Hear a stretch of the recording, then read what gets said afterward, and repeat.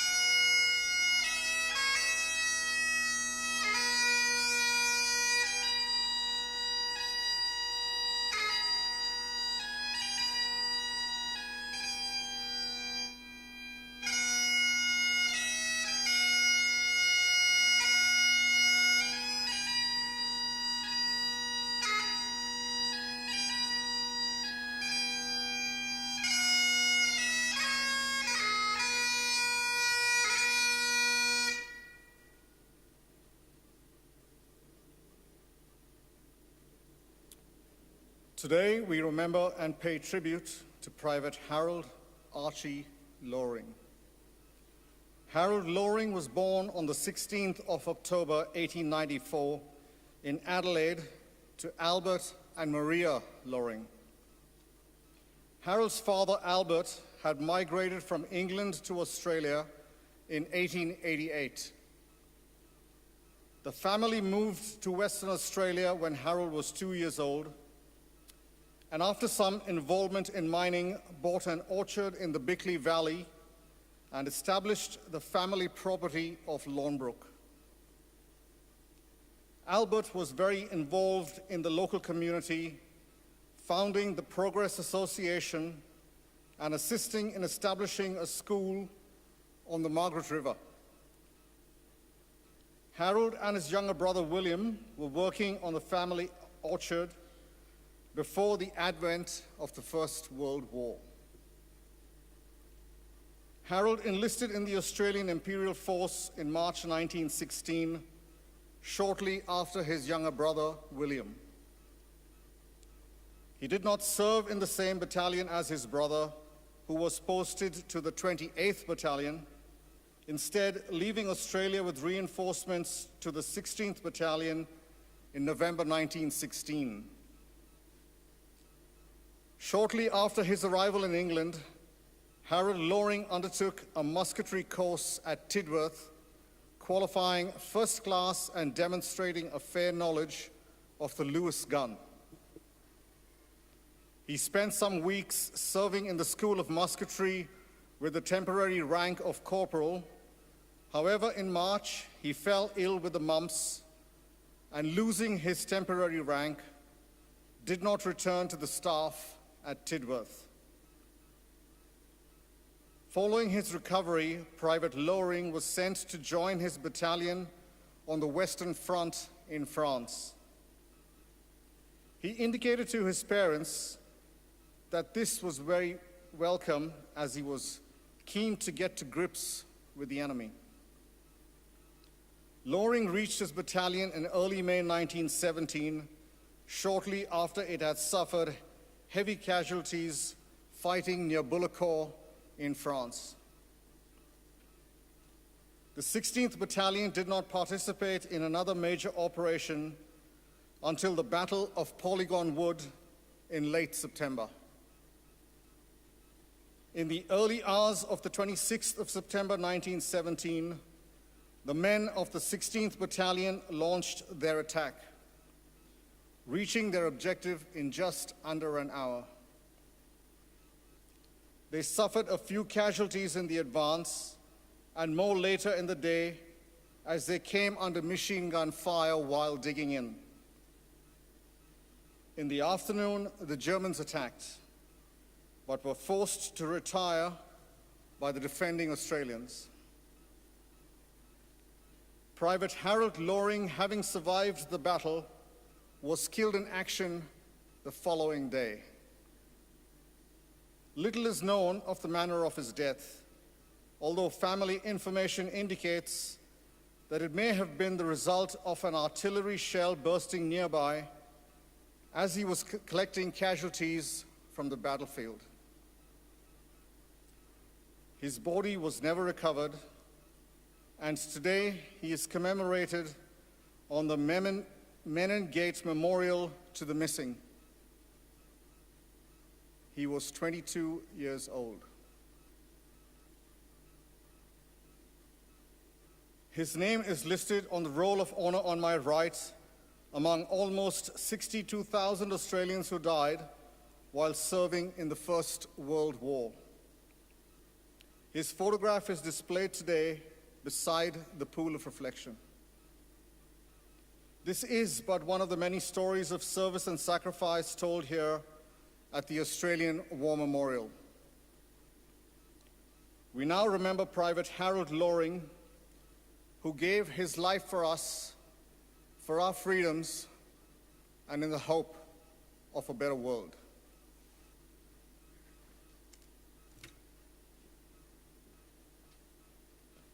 Please stand for the reading of the Ode and the sounding of the last post.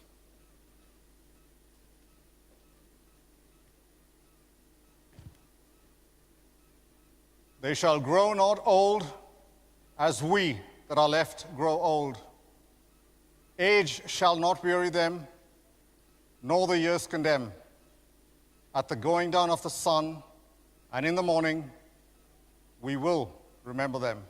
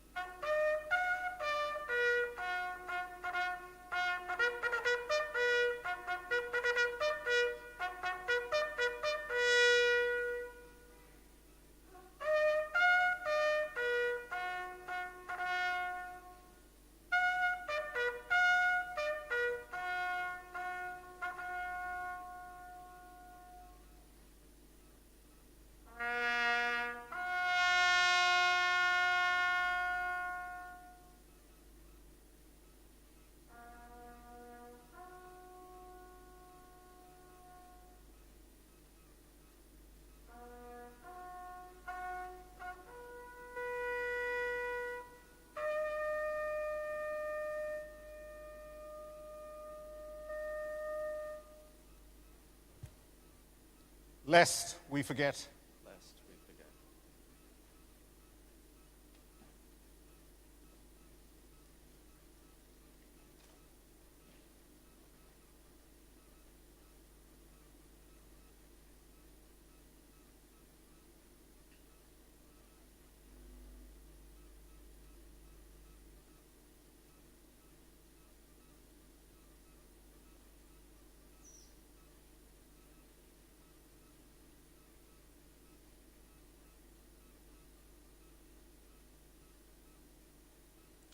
We leave you this evening with the words of the memorial's founder, Charles Bean. Many a man lying out there at Poziere or in the low scrub of Gallipoli, with his poor, tired senses barely working through the fever of his brain, has thought in his last moments, well, it's over. But in Australia, they will be proud of this. Ladies and gentlemen, girls and boys, that concludes the last post ceremony. We'd like to thank you for visiting the Australian War Memorial. Wish you all a very good evening. Thank you.